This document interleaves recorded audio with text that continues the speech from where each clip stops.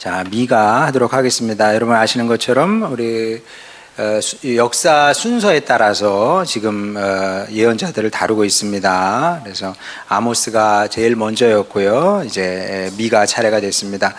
미가의 활동 시기는 뭐 정확하게 알 길은 없어요, 사실은. 왜냐하면 이게 지금 2700년 전 얘기이기 때문에 여러분 2700년 전 하면은 우리나라에 무슨 일이 있었습니까?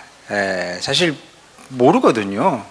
그러니까 2700년 전 글이 남아있다는 자체가 기적입니다. 그러니까 그 당시 역사를 지금 뭐 재구성한다. 불가능한 일이죠.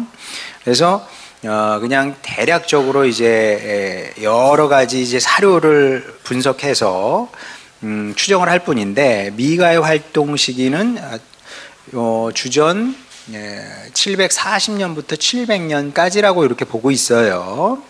자, 근데 좀 더 좁히면 아마도 북이스라엘이 멸망한 BC 주전 722년쯤이나 그 이후였을 거로 봅니다.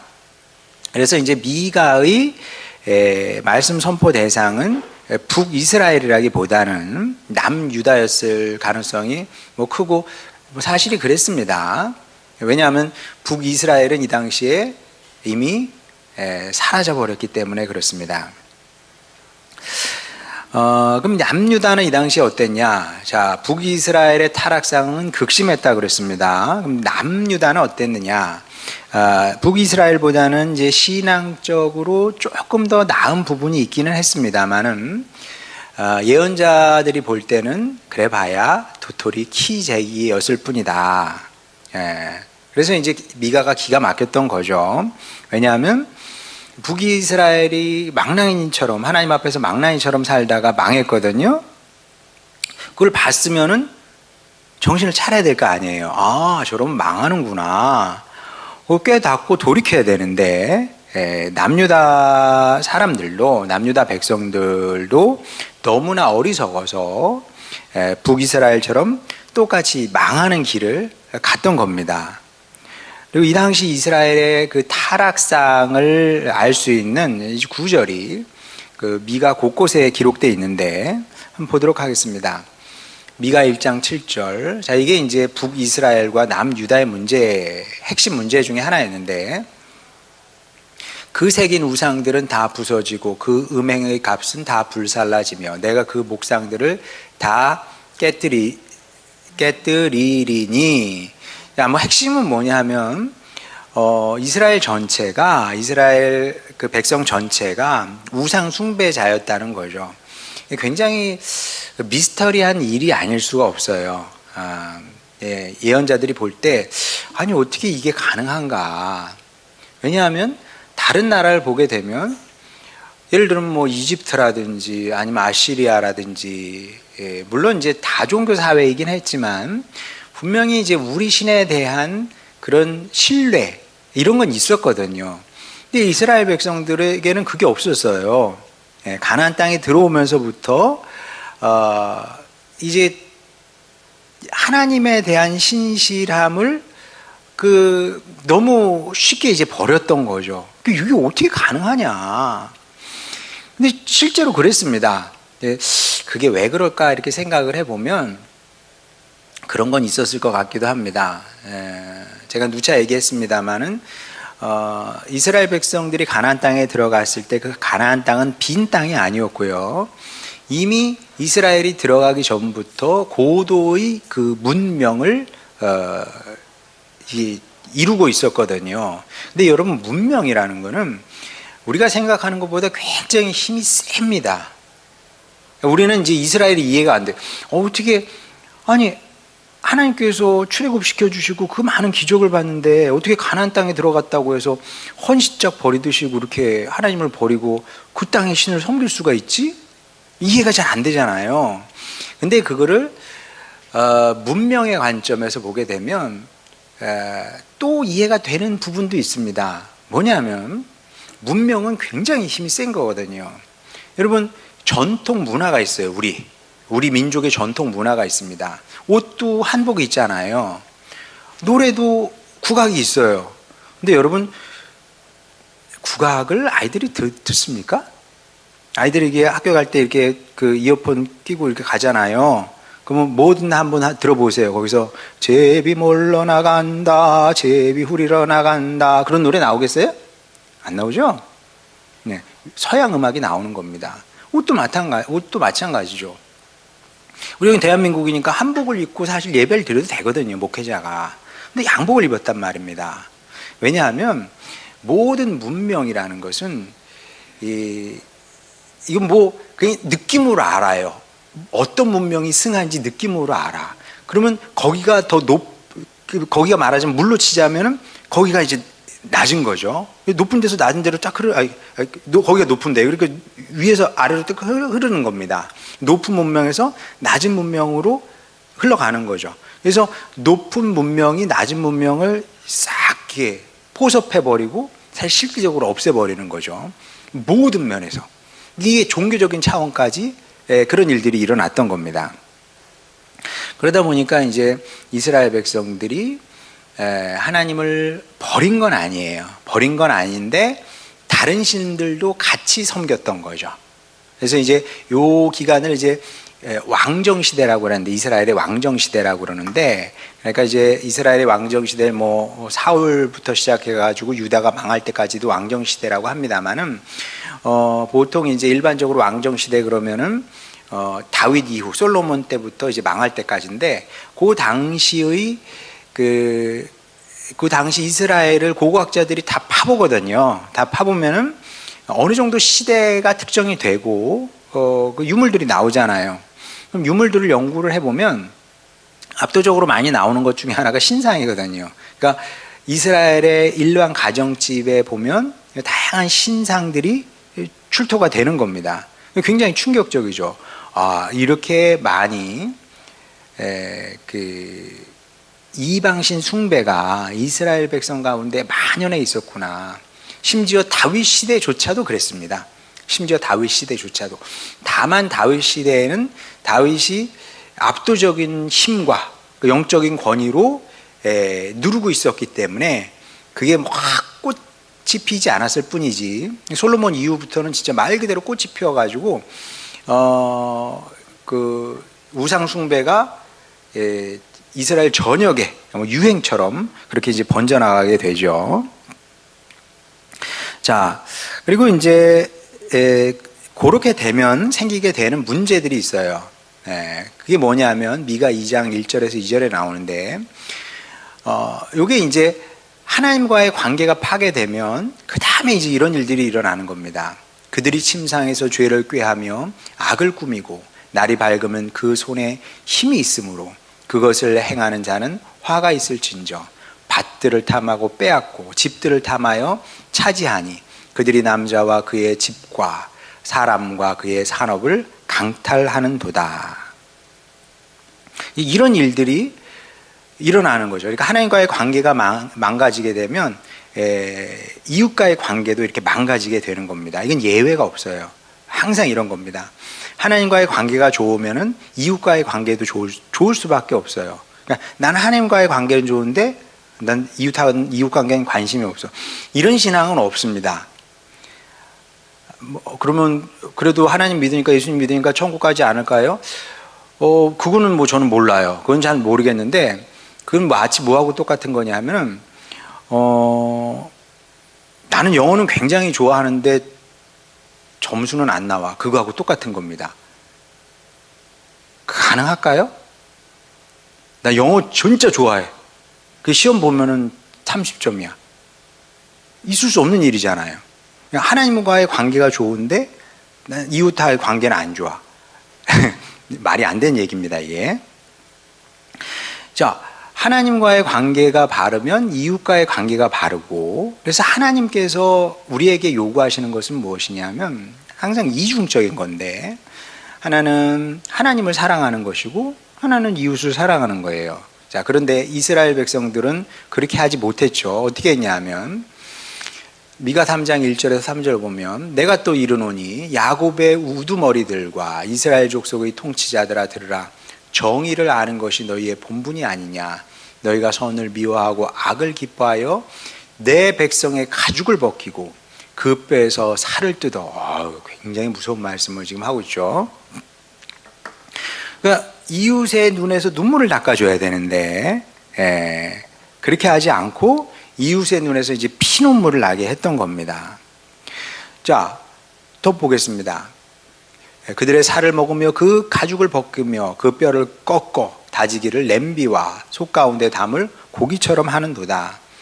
또 미가 3장 9절에서 11절 야곱 족속의 우두머리들과 이스라엘 족속의 통치자들 곧 정의를 미워하고 정직한 것을 굽게 하는 자들아 원하노니 이 말을 들을지어다. 시온을 피로 예루살렘을 죄악으로 건축하는도다.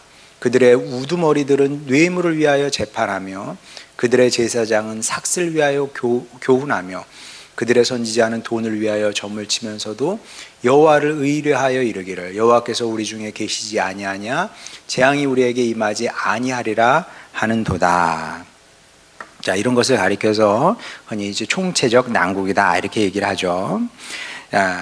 뭐 어디서 어떻게 손을 대야 될지 이제 알 길이 없는 상황인데, 그러니까 이제 하나님도 그렇지만 미가가 볼 때도 이게 기가 막힌 거죠.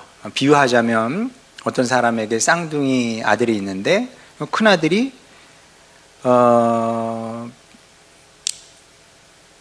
깡패짓을 하다가 망한 겁니다. 근데 이제 둘째 아들도 이제 깡패짓을 하고 있는 거죠. 이걸 어떻게 하겠습니까?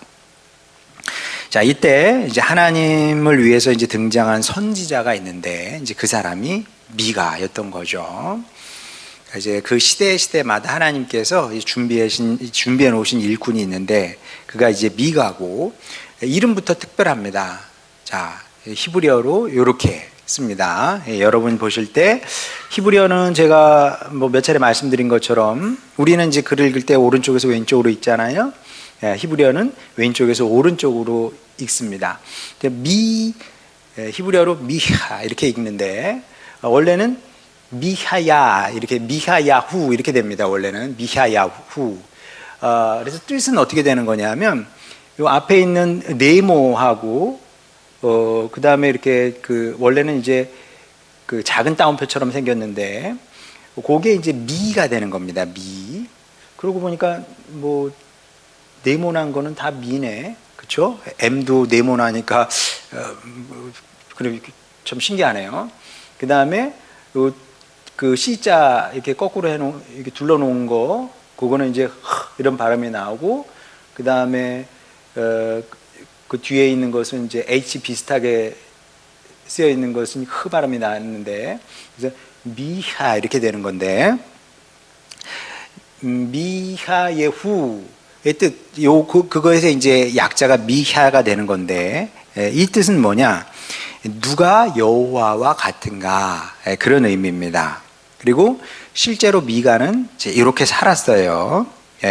이제 하나님을 향한 심지가 곧은 사람이었고, 그리고 이제 하나님을 향한 분명한 신뢰, 이런 마음을 갖고 이제 평생 산 사람인데, 그의 이제 이런 신앙의 의지를 잘 보여주는 말씀이 유명한 말씀이죠. 미가 4장 5절 말씀입니다. 우리 이제 개역 개정에는 이렇게 번역을 했어요. 만민이 각각 자기의 신의 이름을 의지하여 행하되 오직 우리는 우리 하나님 여호와의 이름을 의지하여 영원히 행하리로다. 자, 우리말 다른 성경 번역은 이렇게 번역했습니다. 다른 모든 민족은 각기 자기 신들을 섬기고 순종할 것이다. 그러나 우리는 언제까지나 주 우리의 하나님만을 섬기고 그분에게만 순종할 것이다. 자, 이 구절은 이제 제가 굉장히 좋아하는 그 말씀 중에 하나인데, 제가 여기서 이제 유의하고 싶은 것은, 주목하고 싶은 것은 무엇이냐면, 이제 우리라는 표현이거든요. 우리. 만민이 각각의 자기의 신을 섬기며 살아가는 거예요. 그 시대는 그랬으니까. 그런데 그들이 어떻게 살건 간에 우리는 우리 하나님, 그분만 섬기며 사랑하며 살겠다. 그런 이제 고백인데, 왜 여기서 우리라고 표현을 했을까? 왜냐하면 이런 질문을 해야 되는 것이, 그 당시에 이렇게 고백하는 이스라엘 백성들이 몇 명 없었거든요. 근데 왜 미가가 이 사실을, 객관적인 사실을 알았을 텐데 우리라고 표현을 했을까? 복수로 표현을 했을까?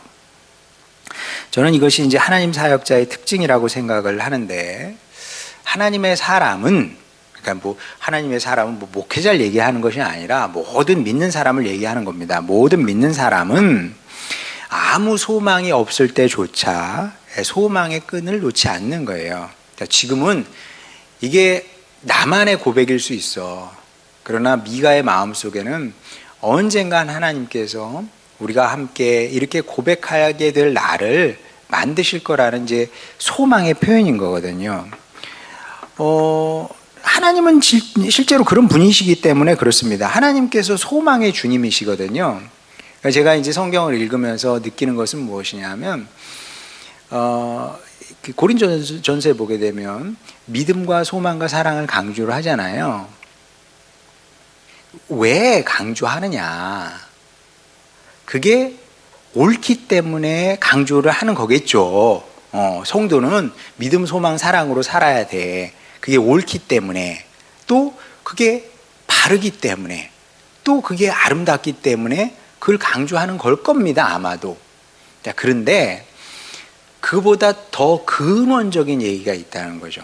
저는 그런 데 관심이 있거든요. 그러니까 예를 들면 성경에 보게 되면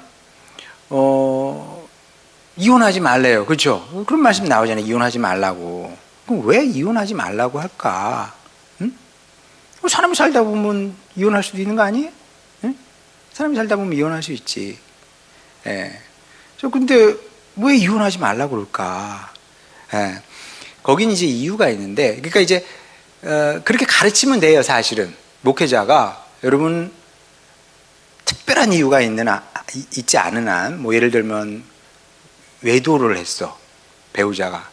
난 도저히 이 남자 이 여자하고 못 살겠어. 그러면 이혼하라는 거예요, 성경에 보게 되면. 아니면 뭐 또 다른 극단적인 이유. 그런 게 뭐가 있을까요? 때려. 실제로 그런 일이 있었어요. 예, 저 독일에 있을 때 목사님 남편이 저 자꾸 때려요. 코 부러졌어요. 더 이상은 못 살겠어요. 제가 뭐라 그랬을까요? 더 살라는 얘기는 못 하겠더라고, 솔직히. 더 살라고 얘기는 못 하겠더라고요. 예. 이렇게 얘기하면 또 그러겠죠. 아니, 목사가 돼가지고 아직 발 벗고 다니면서 도시락 싸가지고 다니면서 말렸어야지. 못 말리는 게 말이 돼, 그게. 근데 이제 그래, 그것도 뭐 맞는 얘기긴 할 거예요. 자, 근데 저는 어떤 성경에 어떤 말씀을 했을 때 더 중요한 숨은 어떤 의미가 있다고 생각을 해요. 그게 틀리지 않을 겁니다. 왜 이혼하지 말라고 했을까? 그러니까 이혼은 절대 하면 안 된다, 그런 의미라기보다는 그렇죠, 하지 말아야지. 근데 그보다는 어떤 하나님과 우리가 관계가 있잖아요. 관계성이 중요한 거야. 하나님께서 우리가 좀 잘못했다고 우리 이혼하자 그러지 않잖아요. 부부 관계도 그래야 된다는 거죠, 말하자면. 믿음, 소망, 사랑도 사실은 그게 옳은 거고 바른 거고 아름다운 거기 때문에 이렇게 해라, 그래, 그렇게 가르쳐도 맞아. 그런데 더 본질적인, 더 근원적인 이유가 있는데, 그것은 왜 그러냐 하면 하나님이 그런 분이기 때문에 그래요. 하나님이 믿음과 소망과 사랑의 하나님이거든요. 구약 성경 읽어보세요. 아무 소망이 없을 때 하나님 혼자 꿈꾸시거든요. 나중에 우리가 이사야 읽을 때 여러분 배우게 될 겁니다. 소망이 없어, 망했어. 근데 하나님 혼자 꿈을 꾸셔. 어떤 꿈을요? 열방이 예루살렘으로 와서 하나님의 말씀을 배우는 그런 꿈을 혼자 꾸신다니까요. 예. 그러니까 하나님의 사람이 된다는 것은 그렇게 하나님을 닮아가는 거죠. 예. 하나님이 소망의 주님이시니까 우리도 소망을 갖고 살아야 되는 겁니다. 이스라엘에 희망이 없어. 근데 미가는 하나님이 어떤 분인지 알기 때문에, 여전히 하나님이 포기하지 않으시기 때문에 그도 포기할 수 없었던 겁니다. 그래서 나의 이 고백이 이스라엘 우리 민족 모두의 고백이 되기를 바라는 마음으로 그 소망으로 이런 그 말씀을 기록을 하고 선포를 하고 그랬던 거죠. 그래서 우리도 이게 소망이라는 게 별거 아닌 것 같은데 믿음, 소망, 사랑 이런 것들은 이 건물의 이 석가래나 기둥과 같은 겁니다. 그래서 이거를 놓아버리는 순간, 믿음을 놓아버리는 순간, 소망을 놓아버리는 순간 무너져요. 마찬가지로 우리 신앙도 그렇게 무너지게 되는 거죠. 그래서 이 중요한 것들은 항상 붙들고 있어야 되는데 그 중에서 가장 중요한 게 믿음, 소망, 사랑, 그 다음에 또 중요한 게 있다면 뭐 순종, 인내 뭐 그런 거겠죠. 그런 것들은 우리 신앙의 구조물에서 핵심적인 요소입니다. 떠받들고 있는 거기 때문에 그것을 놓아버리는 순간 우리 같이 무너지게 되는 거죠. 그러니까 여러분 좀 힘들고 어려워도 소망을 꼭 붙드시고 사시길 바랍니다. 자, 이와 함께 미가라는 이름에 담긴 또 다른 의미가 있는데 모든 그 선지자들은 영적인 암흑기에 등장을 하게 돼요. 물론 이제 뭐 다윗 시대에도 예언자가 있긴 있었습니다만은 활동이 그렇게 많지 않거든요. 근데 이 암흑기에 등장해서 활발하게 이제 활동을 했던 것을 보게 되는데 미가가 활동했던 시기도 이게 남유다가 영적으로 암흑기였거든요. 그럴 수밖에 없었던 것이 이제 아시리아가 저 북쪽에서 발호를 해서 승승장구하면서 그냥 그 고대 근동을 다 먹어버리거든요. 얼마나 압도적인 힘을 갖고 있었냐면 다른 민족이 힘을 못 쓰게 됩니다. 이스라엘 백성도 사실은 마찬가지인데 그 북이스라엘도 마찬가지인데 뭐 한번 저항 제대로 한번 못 해보고 아시리아에 의해서 함락이 돼 버립니다. 그게 이제 열왕기하 17장 5절부터 33절까지 아주 길게 이야기가 소개가 되고 있어요. 요거는 이제 너무 길기 때문에 여러분이 집에 가셔서 한번 읽어보시기 바랍니다. 그래서 이제 그렇게 아시리아가 북이스라엘을 멸망시키게 되면서 이스라엘의 그 전통적인 그 영토가 있잖아요. 영토의 70%가 날아가게 됩니다. 그러니까 이제 이스라엘이라는 나라가 있는데 북이스라엘이 한 70% 정도 차지하고 있었고 남유다가 한 30% 정도인데 사실 그 북이스라엘 그쪽 땅이 훨씬 더 좋거든요. 그러니까 남쪽 땅은 사실 좀 농사짓기도 좀 쉽지 않은 그런 좋지 않은 땅이었고 좋은 땅을 70%를 빼앗기게 된 겁니다. 자, 뭐 좀 더 실감나게 얘기하면 북한을 뭐 중국이나 러시아가 침략해서 그냥 그 흡수해 버렸다 이렇게 생각하면 얘기가 쉬울 것 같아요. 북한 거기도 광물도 많다는데 우리 땅이잖아요. 자기들 가져가 버렸어. 그럼 얼마나 기가 막힌 일입니까? 기가 막힌 일일 뿐만 아니라 굉장히 위협적인 일이죠. 그 다음은 이제 우리가 될지도 몰라. 자, 근데 이게 또 하나님 입장에서 보게 되면 굉장히 자존심 상하는 일이기도 합니다. 왜냐하면 고대의 사람들은 어떻게 생각했냐면 그 나라와 민족이 섬기는 신이 있잖아요. 그 신이 그 나라와 민족을 보호해 준다고 다 믿었습니다. 그런데 북이스라엘이 힘 한 번 써보지 못하고 당해버렸어요. 멸망했습니다. 자, 그러면 그 당시 사람들이 생각할 때 이스라엘이 섬기는 신 여호와는 어떤 신이에요? 두 가지 가능성이 있어요. 첫째, 원래는 없는 신을 이 사람들이 만들어서 섬기고 있었던 거죠. 둘째는 있긴 있는데 힘이 없어, 이 신이. 그러니까 자기를 섬기는 그 백성을 책임질 수 없었던 거죠. 이런 이제 아주 자연스러운 그 논리가 그렇게 돌아갈 수밖에 없는 거 아니겠습니까? 자, 이게 이제 상식이죠. 그러니까 북이스라엘이 망했다는 것은 무엇이냐면 하나님 입장에서는 굉장히 수치스러운 일이에요. 이제 뭐 세게 얘기하면 똥물을 뒤집어 쓴 거지, 말하자면. 자, 그러니까 하나님께서 이제 멸시를 받으신 건데, 왜 하나님께서 이 멸시를, 이 수치를 받으시고 그냥 가만히 계셨을까? 이런 질문을 할 수도 있는 거거든요. 그러니까 자존심이 상해서라도 뭐 아시리아 대군을 물리치실 수도 있고 이런 방법이 있었을 텐데, 왜 그냥 이 수치를 그냥 하나님이 다 받아내셔야 됐느냐. 자, 여기에 이제 놀라운 비밀이 숨어 있다고 저는 생각을 하는데, 하나님께 중요한 게 뭐냐. 하나님께 중요한 게. 저는 이 생각도 많이 합니다. 하나님께 중요한 게 뭐냐. 지금 인간의 역사는 인간 역사의 논리 방식을 따라 지금 계속 가고 있거든요. 그러면 하나님이 없어요. 여기는 하나님이 없습니다. 어디 하나님이 있겠어요? 어디 하나님이 있어요? 여러분, 과학자들의 모임에 하나님이 있겠습니까? 아니면 경제인들의 모임에 하나님이 있겠습니까?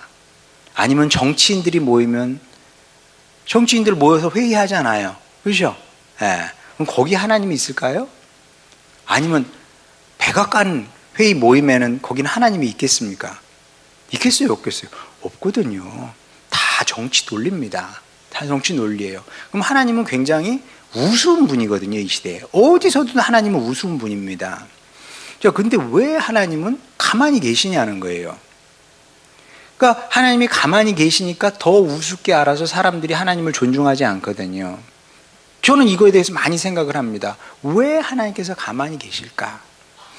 왜 당신의 교회가, 때로는 당신의 사역자가 수치를 당해서 결국 당신의 수치가 될 건데 왜 보고만 계실까? 여러 가지가 이유가 있어요. 여기에 대한 답은. 근데 적어도 이 당시 북이스라엘이 망했을 때의 이 질문에 대한 답은 어디 있냐면, 하나님께 정말 중요한 것은 당신의 영광이 아니에요. 당신의 힘을 드러내는 게 아닌 거죠. 나 살아있어, 이게 아니고 당신의 백성 이스라엘을 고치고 회복하는 것이었습니다. 어떻게 하면 내가 이 백성을 고치고 회복할 것이냐. 하나님께서 나설 수도 있어요. 하나님께서 나서면 그럼 이 사람들이 고쳐지고 회복이 되겠습니까? 안 되겠죠? 그거 어떻게 알아요? 그래서 고치고 회복될 것 같으면 출애굽 이스라엘 백성들 그때 이미 고침을 받고 회복이 됐겠지.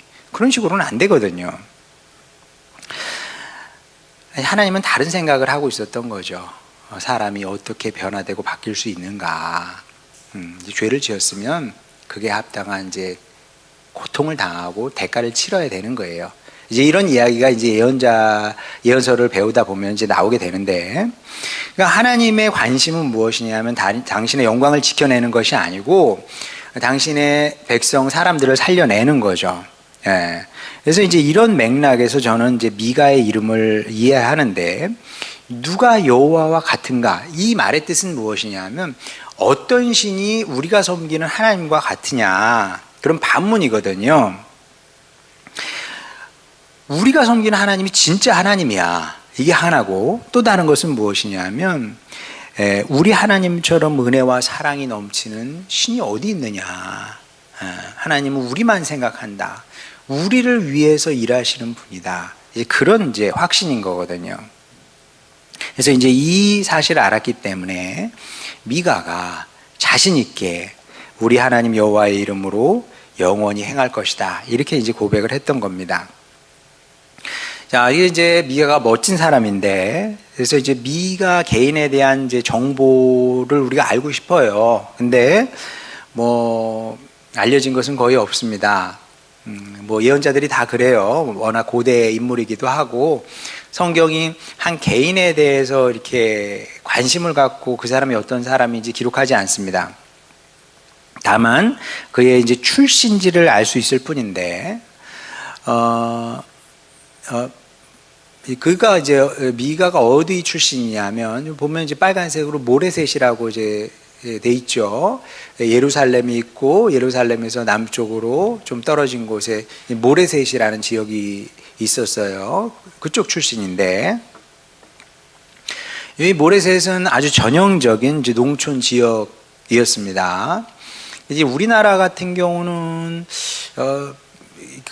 굉장히 급격한 이제 변화를 한 나라여서 고대와 지금이 완전 딴판인데, 저쪽 고대 근동은 갔다 온 분들 얘기에 의하면, 저쪽을 연구하는 사람들의 얘기에 의하면 옛날하고 지금하고 비슷한 모습이 여전히 많이 있대요. 어쨌든 그 모레셋 저 지역은 그 전형적인 농촌 지역이었는데, 이제 목축을 하기도 했지만, 대부분 이제 저쪽에 사는 사람들은 포도, 곡물, 올리브, 이런 것들을 이제 재배했다고 그럽니다. 자, 근데 여러분 한번 생각해 보세요. 농촌 지역이었다. 그럼 농촌 지역에, 지금도 농촌 지역에 아주 고학력자가 사는 경우는 많지 않거든요. 공부 많이 한 사람이 농촌에 가서 농사를 지으면서 사는 일은 별로 없습니다. 그리고 농촌에 살면서 설사 고학력자라고 해도 농사 지으면서 열심히 책을 읽고 연구하고 그러는 사람은 있긴 있겠지만 거의 없겠죠. 자, 그런데 이제 더 옛날이에요. 2700년 전 얘기입니다. 그 옛날에 미가는 어떻게 말씀 사역자로 살 수 있었을까? 이게 미가서를 기록을 한 거거든요. 굉장히 아주 아름다운 히브리어입니다. 고급 히브리어를 구사하고 있거든요. 어떻게 이렇게 고급 히브리어로 하나님의 말씀을 표현할 수 있었을까? 자, 이렇게 질문하면 성령님께서 역사하셨죠. 근데 여러분, 글을 모르는데 어떻게 성령님께서 역사를 하셔가지고 이렇게 글을 쓰게 하겠어요? 물론 그러실 수 있지만은, 미가가 공부를 해서 글을 아는 사람이었으니까 성령님께서 역사하셔서 글을 썼겠죠. 자, 근데 이제 저 당시에 글을 읽을 수 있는 사람이 국민의 몇 퍼센트 정도 됐을까? 아무도 몰라요. 모르는데 학자들은 보통 1에서 2% 정도 얘기합니다. 1에서 2%. 1에서 2% 정도만 글을 읽을 수 있었다. 자, 근데 글을 읽는 것과 쓰는 건 또 달라요. 그렇죠, 여러분? 여러분 다 글을 읽잖아요. 근데 막상 어떤 주제를 드리고 한 A4지 10장 글 좀 한번 써보시죠. 그럼 보통은 기겁합니다. 요즘은 참 GPT가 있어가지고 한 10장으로 불려봐 그러면 되는데, 근데 GPT 없이, 도움 없이 10장 써보라 그러면 대부분 못한다 그러거든요. 미가는 그 일을 한 거 아니겠어요? 뿐만 아니라 미가가 쓰는 이 표현 방식이 굉장히 고급스럽거든요. 대표적으로 한번 보겠습니다. 미가 6장 2절에서 3절 보게 되면, 너희 산들과 땅의 견고한 지대들아, 너희는 여호와의 변론을 들으라. 여호와께서 자기 백성과 변론하시며 이스라엘과 변론하실 것이라. 이르시길 내 백성아, 내가 무엇을 내게 행하였으며 무슨 일로 너를 괴롭게 하였느냐? 너는 내게 증언하라. 자, 여러분은 그냥 읽었을지 모르겠지만 이걸 가지고 연구하는 신학자들은 이 표현 방법이 법적 용어, 법적인 레토릭이다 이렇게 얘기를 하거든요. 법적인 단어를 쓰고 법적인 수사학을 구사할 수 있는 사람이 드물었겠죠, 굉장히. 사실 지금도 사람들에게 기소는 뭐냐, 기소유예는 뭐냐, 판결은 뭐냐, 이 법적 용어들이 있거든요. 그런 것들 다 잘 물어보면 잘 모르거든요. 근데 미가는 저 옛날에 검사, 요즘으로 말하면 검사, 판사, 이런 사람들의 언어를 쓰고 있거든요. 어떻게 이게 가능하냐? 제가 이제 예언서 얘기할 때 이제 말씀을 드렸는데, 고대 이스라엘에는 예언자를 교육하기 위한 기관이 있었다고 그랬어요. 예언자 학교. 있었다는 거죠. 그래서 미가도 아마도 그 학교 출신일 거다. 그러면 그 학교에서는 뭘 배웠냐? 뭘 배웠겠어요? 하나님의 말씀을 배웠을 것이고, 기도 훈련을 했을 것이고, 그 다음에 또 하나님의 마음이 어떤 건지 그런 걸 배웠을 것이고, 동시에 글을 읽고 쓰는 법을 배웠겠죠. 그러니까 예언자들이 이렇게 아주 수려한 히브리어로, 아름다운 히브리어로 글을 쓸 수 있었던 겁니다. 자, 그리고 이것은 그 신앙 교육을 위한 좋은 모델이기도 하는데, 우리가 이제 그 사실 뭐 아이들 교육을 우리가 처음부터 하고 싶었던 건 아니고, 이게 자연스럽게 그렇게 됐는데, 그러다 보니까 본의 아니게 이제 이런저런 오해를 받기도 했던 것 같아요. 지금도 뭐 그런 오해는 있을 텐데, 왜 이렇게 공부를 시키냐, 중요하게 생각하냐. 또 한편으로는 또 저는 단에서 공부 그렇게 중요하지 않다 이렇게 얘기를 하거든요. 그러니까 저게 무슨 말이야? 공부를 안 중요하다고 말해놓고 또 공부는 열심히 시키고 저게 뭐야? 되게 이제 이해하기 어려운 부분이 아마 여러분에게도 있었을 겁니다. 근데 맞아요, 진짜. 공부가 그렇게 중요한 건 아닙니다. 그래서 우리가 아이들을 공부시키면서 어느 순간 이제 충돌하잖아요. 사춘기 되면 어렵거든요. 근데 이해를 해야 돼, 학부모들이. 왜냐하면 학부모도 집에서 못 하잖아요. 근데 어떻게 우리가 아이들과 싸워서 아이들의 모든 의지를 꺾어가면서 공부를 시키겠습니까? 그러면 안 돼. 왜 안 되냐면, 왜냐하면 우리는 신앙이 더 중요하다고 확실하게 믿기 때문에. 그러니까 어느 순간인가는 멈출 수밖에 없는 거예요. 왜? 공부보다 신앙이 중요해. 만약에 공부로 갈등이 생겨서 아이들이 우리를 싫어하게 되면, 그럼 그 다음은 누가 책임질 거예요? 뭐 교회 안 다니겠다 막 이렇게 되면 심각한 문제가 생기잖아요. 그러면 왜 또 공부는 시키냐? 이런 이유 때문에 그래요. 물론 공부를 잘해야 될 필요는 없어요. 근데 잘할 수 있으면 잘 시키는 게 좋아. 왜? 어떻게 쓰임을 받을지 모르기 때문에. 준비됐으니까 예언자가 됐고 예언서를 쓴 겁니다. 사도 바울이요? 공부 많이 했어요. 제가 볼 때 사도 바울은 아리스토텔레스 플라톤급입니다. 그만큼 공부를 열심히 한 사람이에요. 그러니까 예수님의 제자들이 성경을 쓰기도 했죠. 그러나 압도적으로 많이 쓴 사람은 사도 바울 아니겠습니까?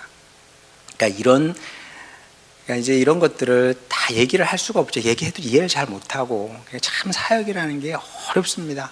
어려워. 근데 이런 어떤 목표를 갖고 사역을 하고 있는 거죠. 인재를 키우고 싶은 겁니다. 또 이렇게 얘기하면, 그럼 목사님 우리는 지금 뭐 공부를 어떻게 해야 되나요? 또 우리는 여러분의 또 길이 있는 거죠. 여러분은 여러분의 길이 있고, 또 아브라함 보세요. 아브라함 뭐 공부했습니까? 그러니까 어떤 하나만 강조하고 이래야만 된다 그러면 심각한 문제가 생기는 겁니다.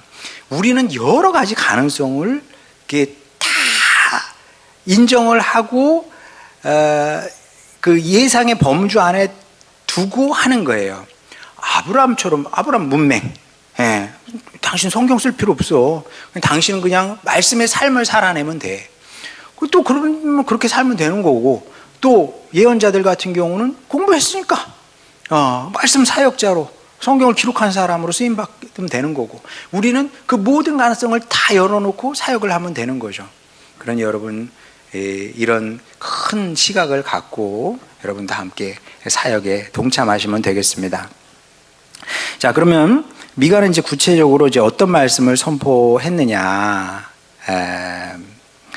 자, 그 미가 6장 6절부터 8절까지 보겠습니다. 내가 무엇을 가지고 여호와 앞에 나아가며 높으신 하나님께 경배할까? 내가 번제물로 1년 된 송아지를 가지고 그 앞에 나아갈까? 여호와께서 천천의 수양이나 만만의 강물 같은 기름을 기뻐하실까? 내 허물을 위하여 내 마다들을 내 영혼의 죄로 말미암아 내 몸의 열매를 드릴까? 사람아, 주께서 선한 것이 무엇임을 내게 보이셨나니 여호와께서 내게 구하는 것은 오직 정의를 행하며 인자를 사랑하며 겸손하게 내 하나님과 함께 행하는 것이 아니냐. 자, 여기서 이제 이게 사실은 미가서의 요절이다 이렇게 생각을 하면 되겠습니다. 예언자들이 그리고 예수님께서 공히 싫어하셨던 것은 무엇이냐면 형식주의였어요. 지지난주에 나눴던 말씀이죠. 도저히 함께 할 수 없는 사람은 누구냐면 바리새인 같은 사람이라 그랬습니다. 자, 형식주의라는 것은 쉽게 얘기하면 출석부에 도장 찍는 자세로 신앙생활을 하는 사람. 나 오늘 주일 예배 드렸잖아. 나 할 일 했어. 뭐 이런 거. 뭐 안 하는 것보단 나을 텐데, 글쎄 안 하는 것보단 낫겠지. 예. 근데 그게 무슨 의미가 있겠습니까? 물론 형식 중요하다고 그랬어요. 제가 형식 중요한데 형식은 항상 내용과 함께 갈 때 의미가 있는 겁니다. 자, 예배라는 형식, 예배만 드렸어, 형식만 있어, 의미가 없어요. 내용이 들어와야 되는데 그 내용이 뭐냐? 내용이 지금 이 말씀을 하고 있는데 이 8절에 사람아 선한 것이 무엇임을 내게 보이셨나니 여호와께서 내게 구하시는 것은 오직 정의를 행하며 인자를 사랑하며 겸손하게 내 하나님과 함께 행하는 것이 아니냐. 자, 이 말씀의 핵심을 간단히 말씀을 드리면 관계의 회복과 정상화 이렇게 얘기할 수 있겠습니다. 그러니까 이제 우리가 예배를 드리잖아요. 예배 드리는 것은 무엇이냐면 내가 하나님의 말씀을 따라 오늘 안식일을 거룩하게 지켰어. 그게 아니고 예배를 통해서 관계가 회복이 돼야 돼요. 사실 우리가 사회생활을 한다는 것은 여러 가지 때가 묻는다는 거거든요. 때가. 여러 가지 죄의 때가 묻습니다. 그러면 그 죄는 우리 안에 들어오면 반드시 뭔가 일을 하게 돼 있어요. 마치 바이러스가 우리 몸에 들어오면 일을 하잖아요. 걔가. 아프게 한단 말이죠. 마찬가지로 죄가 들어오게 되면 하나님과의 관계를 일정 부분 상하게 만듭니다. 망가뜨려요. 그럼 예배를 통해서 찬양도 부르고 기도도 드리고 그러면서 이제 또 말씀도 듣고 그러면서 성령께서 우리를 치유하고 회복하시는 그런 이제 은혜를 누리게 되는 거죠. 그러면서 관계가 회복이 되는 겁니다. 어떤 관계로? 하나님을 믿을 수 있고 소망할 수 있고 사랑할 수 있는 관계의 회복이 일어나게 되는 것이고, 그리고 이제 더 나아가게 되면 그게 이제 수직적인 관계의 회복과 정상화라면, 정상화는 말 그대로 내가 감사함으로 하나님을 아버지라고 부를 수 있게 돼야 돼요. 예배 드리고 나서 올 때는 좀 기분이 안 좋았어. 오늘 이제 왼수 같은 그 아내 남편하고 싸우고 또 뭐 시부모님 아니면 친정 뭐 하여간 안 좋고 애들하고도 안 좋고 막 그랬어. 그러면 뭐 아예 안 좋거든요. 근데 예배 드리고 나면 어떻게 돼요? 하나님 아버지 이렇게 되거든요. 회복이 일어났다는 거예요. 그러면 그 회복이 이제 이웃관계까지 영향을 미치는 거죠. 진짜 그렇거든요. 좀 극단적인 얘기이긴 하지만 제가 몇 차례 말씀을 드렸죠. 우리 어렸을 때 기도원 가잖아요. 수련회 하고 부흥회 하고 그러면 은혜를 많이 받고 나면 내 주변에 있는 모든 사람도 다 예뻐 보일 뿐만 아니라 심지어 나무도 예뻐 보이고 바위도 예뻐 보이고 그러거든요. 하나님께서 원하시는 것은 무엇이냐면 신앙생활을 통해서 그런 관계가 회복이 되고 정상화되기를 이제 원하시는 거죠. 이렇게 돼야 이게 이제 우리의 신앙의 생활의 목표가 돼야 되는 겁니다. 그래야 껍데기 신앙에서 벗어나게 되고 그렇게만 이제 바리새주의를 극복하게 되는 거죠. 이건 우리가 항상 생각하고 있어야 되는 문제입니다. 우리가 이걸 극복하지 못하게 되면 나이가 들수록 그리고 이제 감투를 쓸수록 내가 권사가 되고 장로가 되고 목사가 되고 사모 뭐 전도사 되면 감투는 썼잖아요. 그러니까 이게 형식은 계속 보여줘야 되거든요. 거룩의 모습을 보여줘야 돼. 그렇잖아요. 제가 여러분 앞에 앞에서 그 좀 상스러운 말이나 상스러운 행동을 할 수 없잖아요. 그러니까 자꾸 자신을 포장하게 되고 그러다 보면 은혜가 없으면 바리새인이 되는 거죠. 누구나 이렇게 될 수 있다. 자, 그리고 이제 요거를 항상 생각을 해야 되는 겁니다. 왜냐하면 모든 예언자와 예수님께서 이건 아니라고 분명히 말씀하셨기 때문에. 자, 그리고 이제 마지막으로 미가를 통해서 배울 수 있는 이제 중요한 것이 있는데 바로 남은 자 사상입니다. 남은 자 사상. 자, 그게 뭔지 미가 2장 12절 13절 보겠습니다. 야곱아, 내가 반드시 너희 무리를 다 모으며 내가 반드시 이스라엘의 남은 자를 모으고 그들을 한 처소에 두기를 보스라의 양떼같이 하며 초장의 양떼같이 하리니 사람들이 크게 떠들 것이며 길을 여는 자가 그들 앞에 올라가고 그들은 길을 열어 성문에 이르러서는 그리로 나갈 것이며 그들의 왕이 앞서가며 여호와께서는 선두로 가시리라. 또 4장 6절부터 7절까지 여호와께서 말씀하시되 그날에는 내가 저는 자를 모으며 쫓겨난 자와 내가 환난받게 한 자를 모아 발을 저는 자는 남은 백성이 되게 하며 멀리 쫓겨났던 자들이 강한 나라가 되게 하고 나 여호와가 시온산에서 이제부터 영원까지 그들을 다스리리라 하셨나니. 마지막으로 5장 7절에서 8절 야곱의 남은 자는 많은 백성 가운데 있으리니 그들은 여호와께로부터 내리는 이슬 같고 풀 위에 내리는 단비 같아서 사람을 기다리지 아니하며 인생을 기다리지 아니할 것이며 야곱의 남은 자는 여러 나라 가운데와 많은 백성 가운데 있으리니 그들은 수풀의 짐승들 중의 사자 같고 양떼 중의 젊은 사자 같아서 만일 그가 지나간즉 밟고 찢으리니 능히 구원할 자가 없을 것이라. 자, 이게 이제 그 유명한 남은 자 사상인데 이사야에 가게 되면 그루터기 얘기를 많이 해요. 그 그루터기가 우리 어렸을 때 참나무 베게 되면 그루터기만 남잖아요. 그 다음에 봄이 되면 거기서 싹이 올라옵니다. 그게 이제 그루터기고 이사야는 그루터기를 얘기했다면 미가는 남은 자를 얘기를 하는데, 그러니까 이제 그 이스라엘이 베어짐을 당하는 거예요. 죽는 거죠. 망하는 겁니다. 그런데 하나님은 여기서 당신의 구원 역사를 끝낼 생각이 없으신 거죠. 뭔가 남아있어. 우리 눈에는 다 망했는데 뭔가 이제 남아있고 그 남은 자를 통해서 하나님께서 구원의 뜻을 이루시겠다. 이제 그런 얘기인데, 그리고 이 남은 자 사상에는 굉장히 이제 숨은 의미가 있습니다. 어떤 의미냐면, 우리 인류 역사를 보게 되면 암울한 시대가 계속 반복되고 있는 것을 보게 됩니다. 그래서 항상 그 목회자들이 좋아하는 표현 중에 하나가 뭐냐면 마지막 때에 그래요. 2000년 전에도 마지막 때라 그랬고요. 1000년 전에도 마지막 때라 그랬고요. 500년 전에도 마지막 때라 그랬고요. 100년 전에도 마지막 때라 그러고, 제가 어렸을 때도 마지막 때의 종말의 때 그랬어요. 지금도 제가 이 마지막 때라 그러잖아요. 왜냐하면 이 암울한 시대가 계속 반복이 되거든요. 근데 그럴 수밖에 없어요.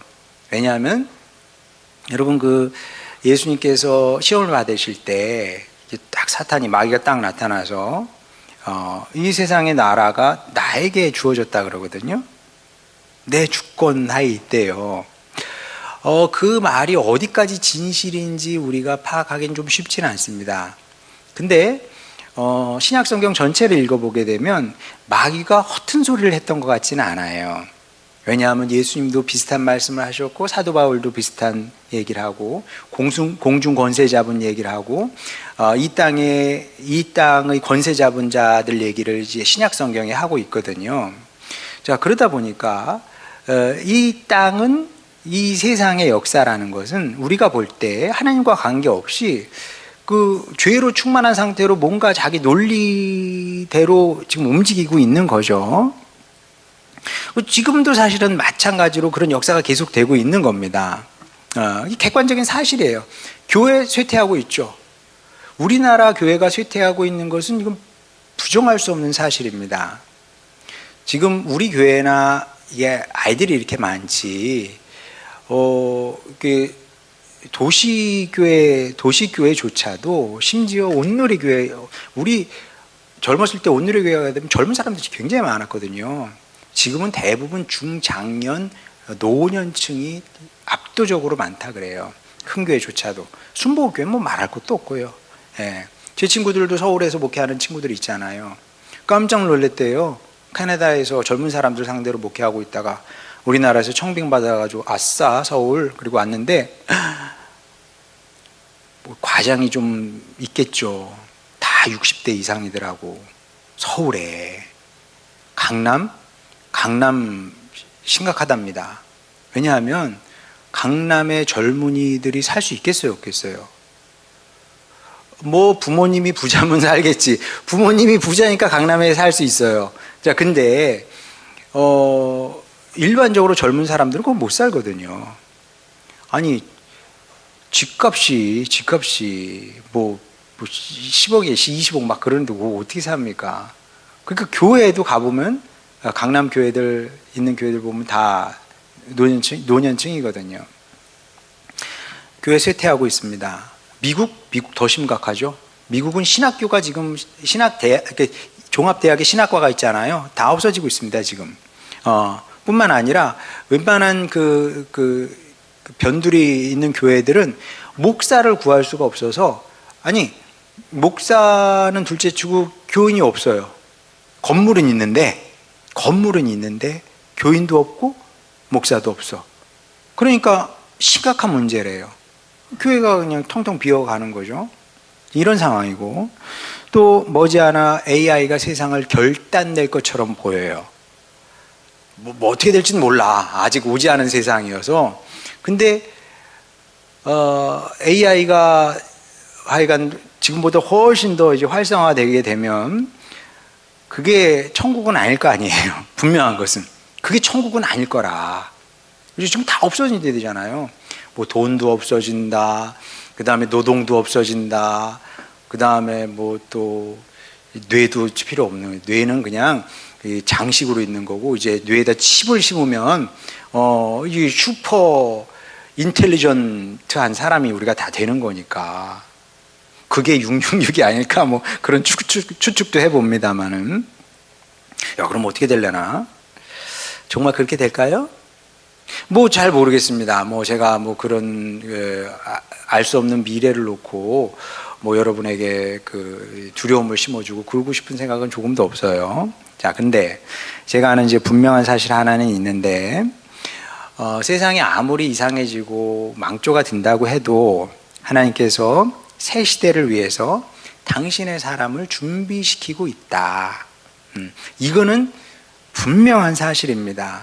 각 시대마다 아모스가 있었고, 이스라엘에 아모스가 있었고, 호세아가 있었고, 미가가 있고, 이사야가 있고, 예레미야가 있었던 것처럼 이 시대를 감당해낼 수 있는, 능히 감당해낼 수 있는 하나님의 사람이 있고, 그리고 앞으로도 등장하게 될 텐데, 그게 몇 사람이 될지는 모르겠어요. 근데 그들을 통해서 하나님께서 당신의 구원의 역사를, 계획을 이루시게 될 거다. 그래서 제가 아는 분명한 사실은 두 가지인데, 하나는 하나님께서 당신의 일꾼을 준비하고 계시고, 그 사람들이 지금 오고 있고, 그 오고 있는 하나님의 일꾼들을 우리가 낳았어요. 믿으시면 속으로 아멘 하시기 바랍니다. 여러분의 배로 낳았어, 하나님의 일꾼을. 지금 그 아이가, 미래의 아이가 지금 여러분의 집에 있는 겁니다. 우리 교회에 있는 겁니다. 못 믿는 분위기지. 왜 못 믿을까? 설마.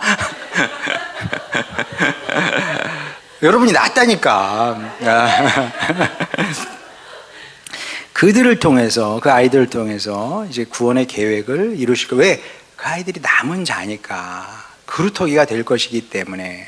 그래서 요게 한 가지고, 또 다른 하나 제가 아는 것은 무엇이냐면, 하나님의 역사는 비극이 아니라 완성을 향해 나아가고 있는 겁니다. 유튜브 보면은 뭐 AI 시대가 제가 참고는 해요. 그래, 그럴 수 있겠다. 신기하네. 좀 위협이 될 수도 있겠는데. 근데 하나님께서 역사의 주인이시거든요. 하나님께서 당신의 방식으로, 압도적인 방식으로 완성할 것이다.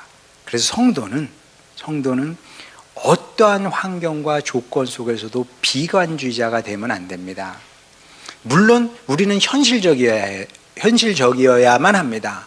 어렵네, 힘드네, 이렇게 되면 안 되는데, 그러나 그럼에도 불구하고 하나님의 사랑이, 능력이, 또 하나님께서 세우신 사람들, 교회를 통해서 결국은 완성케 하실 것이다. 그리고 이 완성의 사역에 동참하기를 우리가 바라는 거죠.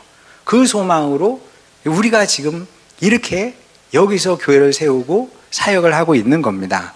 그래서 여러분도 이런 큰 꿈, 소망을 갖고 이 사역에 동참하시기 바랍니다. 그래서 저의 꿈과 바람은 영적인 가뭄이잖아요. 가뭄이 든 세상을 우리가 구원해낼 수 있는 단비 같은 사역자들, 가정, 교회가 되기를 바라는 거죠. 이 주님의 뜻을, 꿈을 이루어내는 여러분 모두가 되시기를 주님의 이름으로 축원합니다. 여기까지 하도록 하겠습니다.